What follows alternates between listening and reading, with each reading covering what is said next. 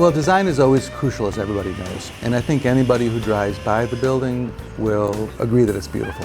It might be the prettiest place to live in the city of Utica. We went through a number of architectural firms. We looked at them critically. We wanted people who had some experience, obviously, in this arena.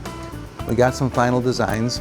I solicited some advice from my wife, who's got much better taste than I do and is much smarter, and she made a few suggestions, especially for the outside, to make it warm and inviting. Some of the stone, some of the, having a warm, welcoming environment was really important to us. The old idea of housing, or public housing, especially if it's considered staid and bureaucratic in its approach.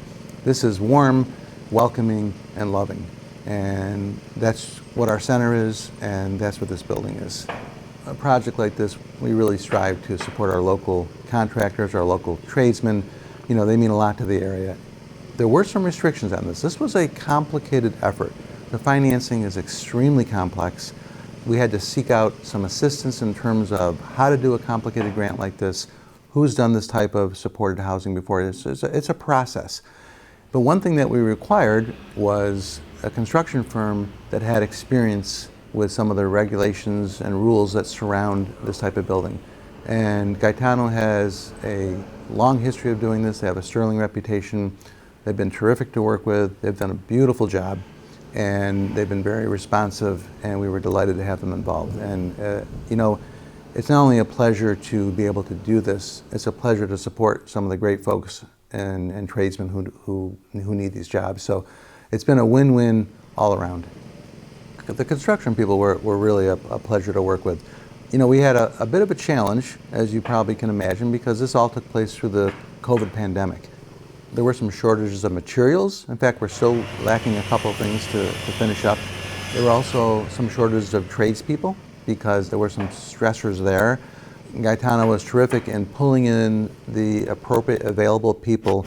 We had people from all over the place, most within 50 miles of here, but this went on for a couple of years. It was a valuable economic development project.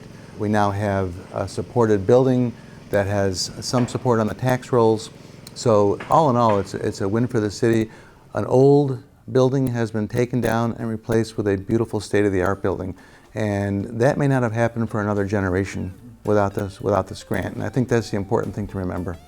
We actually had a group out of Syracuse that we will be giving a tour to because they find it very intriguing, the piece of having both commercial and residential on the same floor, and also looking at the different types of partnerships that we've built throughout the past year and a half since I've come on board, and how that kind of is become a niche for the link as well.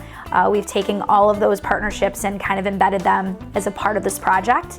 And so the community on-site activities that will not just be for the individuals with disabilities, but for the entire apartment complex is really unique in that sense. So I'm excited to see how that unravels.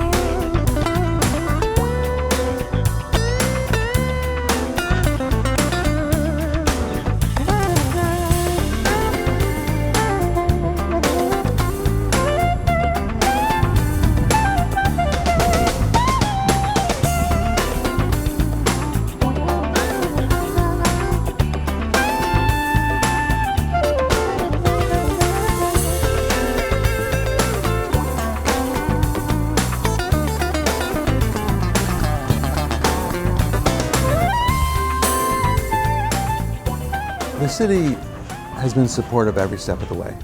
They understood the good that this project was bringing to our city and to this neighborhood.